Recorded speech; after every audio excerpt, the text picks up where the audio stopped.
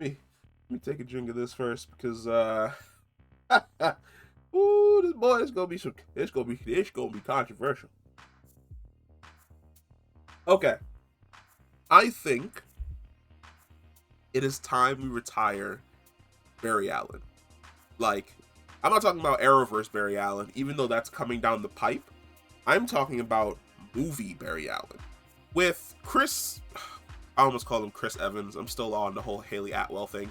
With Ezra Miller's like decision to fight every single man, woman, and child in Hawaii, I think that he needs help. And to be honest, outside of Ezra Miller needing help, the entire DCEU needs help. And the entire DCEU is also going to be under new management in like 3 months.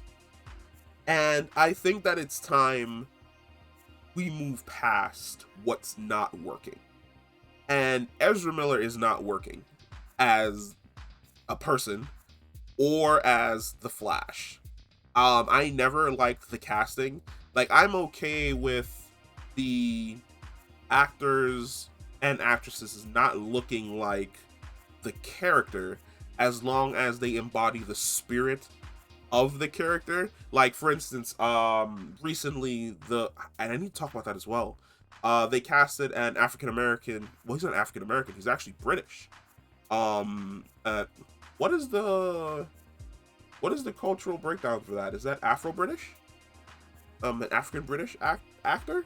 I want to say that's what that's called. Let me know. I've never actually thought about what or how exactly British or in the UK they break up race. I know in America it would be African American, but I don't know if that's like African British or Afro British, or if it's just British because they're just so far ahead of us. But they casted a black actor in the role of John Constantine.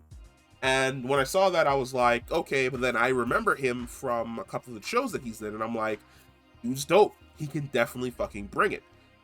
So if he embodies Constantine, I'm really not going to complain, especially since in the comics we've actually gotten an Asian Constantine and I think an Indian Constantine at one point in time, or Canadian Constantine at one point in time.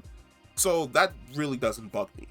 Now, for Barry Allen and Ezra Miller, he's never felt like Barry Allen. Like, he's neurotic, trips over his own feet. A lot of that can be attested to Joss Whedon, because Joss Whedon's version of Barry Allen is really bad. And then when you sit down and you see Zack Snyder's version of Barry Allen, he's a lot more confident and a lot more sure of himself. But at the same time, he still doesn't feel like Barry Allen. I think the person who embodies Barry Allen the best currently is definitely Grant Gustin. Grant Gustin does a fantastic job as Barry Allen, where he's analytical, he's a leader, he's funny, he's also goofy, but at the exact same time, when shit's getting thrown down or shit's going down, you can expect that he's going to be the one to step forward, take the charge, get in command, and handle the situation, while also being analytical about what exactly he needs to do on the battlefield. But we didn't get that at all. I feel as though both of the adaptations were so far apart from one another, and Warner Brothers more or less spent so much time telling us that the good adaptation, the one that we got in Zack Snyder's Justice League, wasn't canon, only to now realize that Joss Whedon's cut is really bad, so they have to go with Zack's version of the character. It's too much time wasted. It's just time to like cut the rope, cut the strings, cut them, got them. Bring in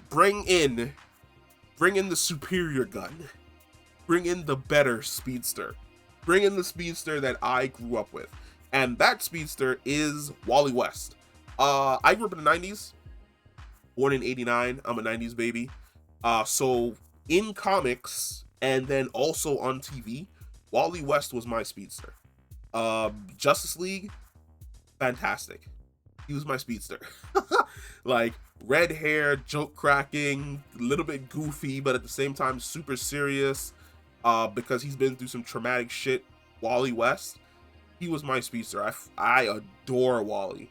Wally was also the speedster who essentially broke a lot of the space-time continuum rules that speedsters weren't aware that they could break. He was the first speedster to form a connection with the Speed Force. He was the first speedster to discover the usage of Speed Force constructs.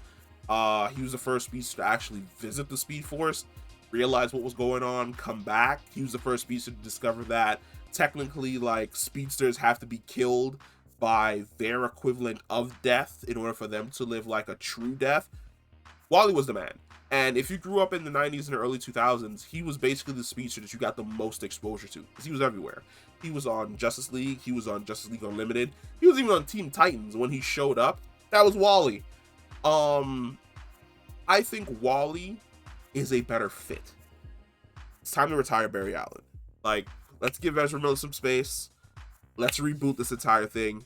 Let's go with DC Rebirth as a concept for the DCEU. Let's move on to Wally West. I think Wally West would definitely serve the DCEU better, especially in the direction that they've decided to take everything in, than Barry Allen, or at least than the Barry Allen that we currently have. Now, is there a chance that when Ezra Miller essentially, his movie comes out, when the Flash movie comes out, it's going to blow my mind, it's going to change my opinion on Ezra being Barry? Yes. Is that going to happen? Probably not. I'm sorry, like, there's nothing that I've seen from Ezra Miller that screams like it doesn't. The idea that we're not gonna get a traditional Reverse Flash, why? Like, I don't know. Like, I think that Ezra Miller needs to go and chill. Like, he needs to go pick up his feet somewhere that's not Hawaii and just relax and gather his thoughts and understand his shit. And I think that Discovery and WB need to just move on. Whatever Flash plans you had, cancel them. Start incorporating Wally West. Start incorporating Wally's stories. You're going to find that Wally is a lot easier and better to write for than Barry Allen. Like, Barry Allen's only gotten a resurgence recently, but for about 20 years, I want to say from about the late 1980s until about, no, hold on, was it the late 1980s? Let's check this out, shall we? When was Crisis on Infinite Earths? Crisis on Infinite Earths was, no, not the Arrowverse, the comic. Crisis on Infinite Earths was 1985 to 1986. So from 1986 until Flash Rebirth, which brought back Barry Allen, 2009. So from 1986 until 2009, the core Flash was Wally West. That's what, 20 years, 25 years? Yeah. I think that the better decision would be to move on to Wally West and use all of those stories that center around Wally just not only exploring the Speed Force, but then encountering these different versions of Reverse Flash and Eobard Thawne and Professor Zoom, which at a point in time, those were different characters.